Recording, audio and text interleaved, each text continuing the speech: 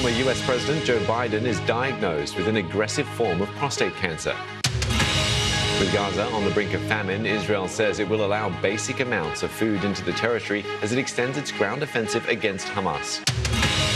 And Pope Leo XIV calls for peace in Ukraine in his inaugural Mass and meets President Zelensky. And the European Union will hold their first summit since Brexit later on Monday. The Prime Minister is hailing it as a really significant moment.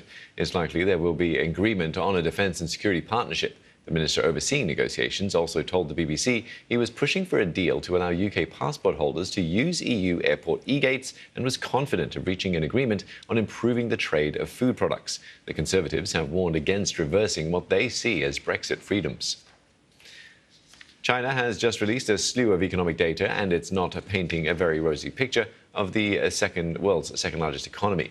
Industrial output grew by 6.1% in April from a year earlier, which was a slowdown from March. Retail sales also came in weaker than what analysis expected, pointing to persistent weak consumer sentiment in China.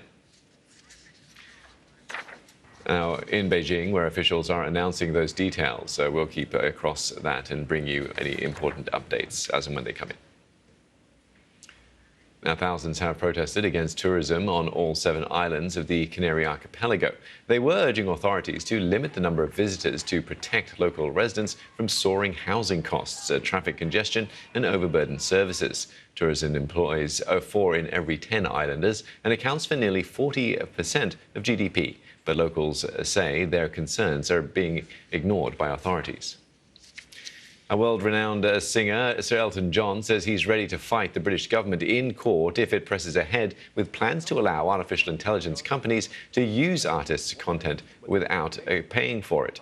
Sir Elton warned ministers would be committing a large-scale theft if they exempted AI firms from copyright laws. A bill to review the use of data is currently going through the British Parliament. Tonight at 6, the UK signs a new deal with the EU on food, fishing, defence and passport checks.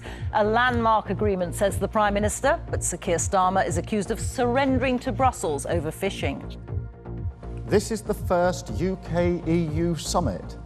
It marks a new era in our relationship. And this deal is a win-win. It's 10 years now. We should be using the opportunities of leaving the EU, not taking steps backwards. Yes, Brexit is back in the news again, but only for a day or two this time. In reality, this is not a massive shake-up, but it does feel like a big moment. Also tonight, Donald Trump has just finished a 2-hour phone call with Russia's President Putin in an effort to end the war in Ukraine. Our Russia editor Steve Rosenberg is standing by to tell us what was said. I would like once again to say I'm sorry unreservedly for the hurt. A public apology, but too late to save his BBC career. Gary Lineker agrees to step back this Sunday after an uproar over a social media post. And the beasts that roamed the wilds of Canada 72 million years ago, and how scientists are exploring their mass grave.